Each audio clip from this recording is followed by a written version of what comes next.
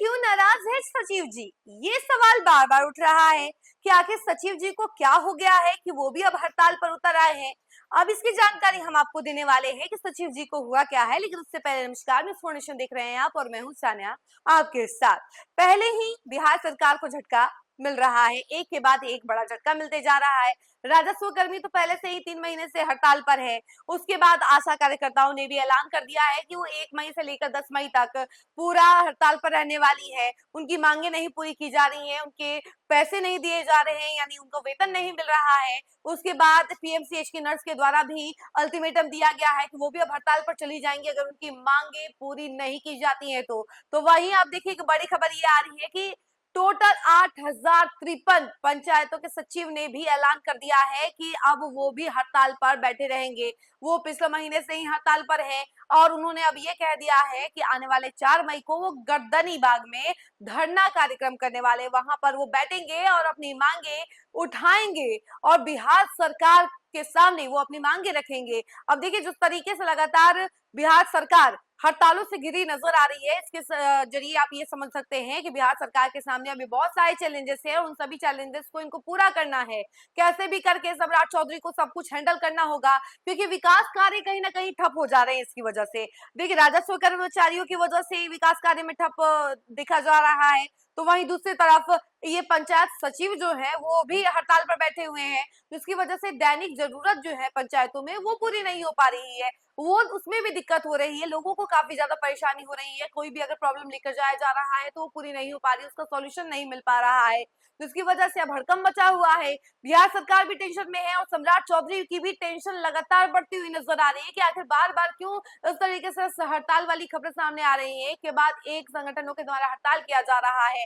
अब इसमें पंचायत सचिव भी शामिल हो चुके हैं और उनके सामने भी अब बड़ा चैलेंज भी दिया जा रहा है उनके साथ। अथवा आपको बता दें कि पंचायत सचिव लगातार मांग कर रहे हैं, उनकी मांगे अगर पूरी नहीं की जाती हैं तो वो इसी तरीके से धरने पर बैठे रहेंगे। क्या कुछ है उनकी मांग, उसके बारे में हम आपको जानकारी देते हैं।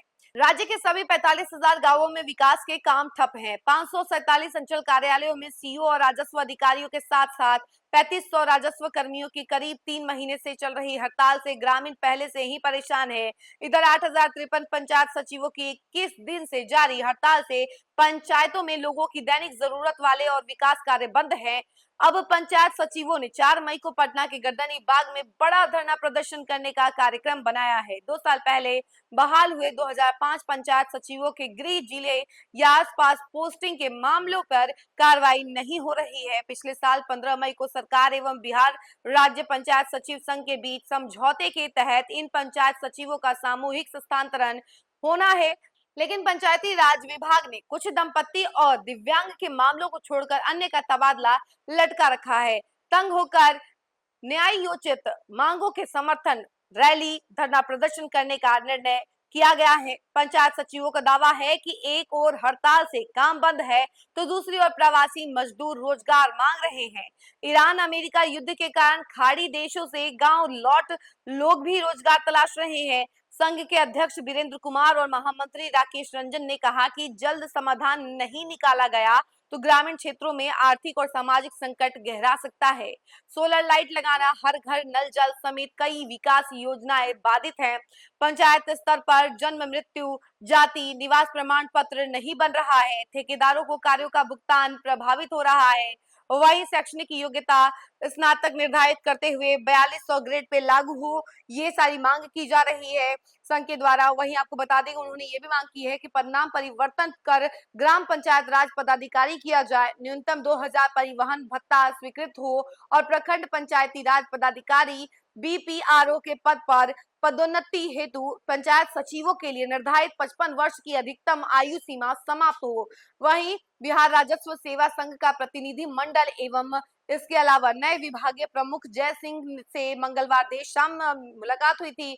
सचिव जय सिंह ने मांगों को लेकर कहा कि ये सभी मांगे मानने का सकारात्मक आश्वासन दिया है।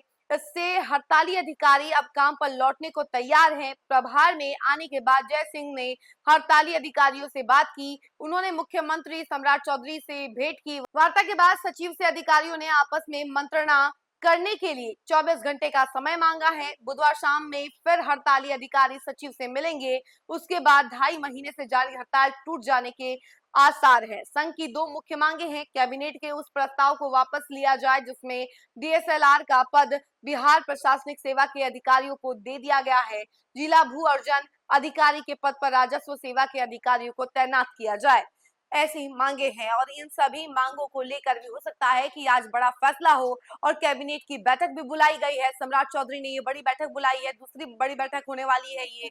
तो ये सभी समाधान भी निकल सकते हैं इस कैबिनेट बैठक में, क्योंकि देखिए लगातार हड़ताल हुए जा रहा है, कई सारे संघों के द्वारा हड़ताल किया जा रहा है, जिसके बाद सम्राट चौधरी की भी टेंशन कहीं ना कहीं बढ़ती जा रही है।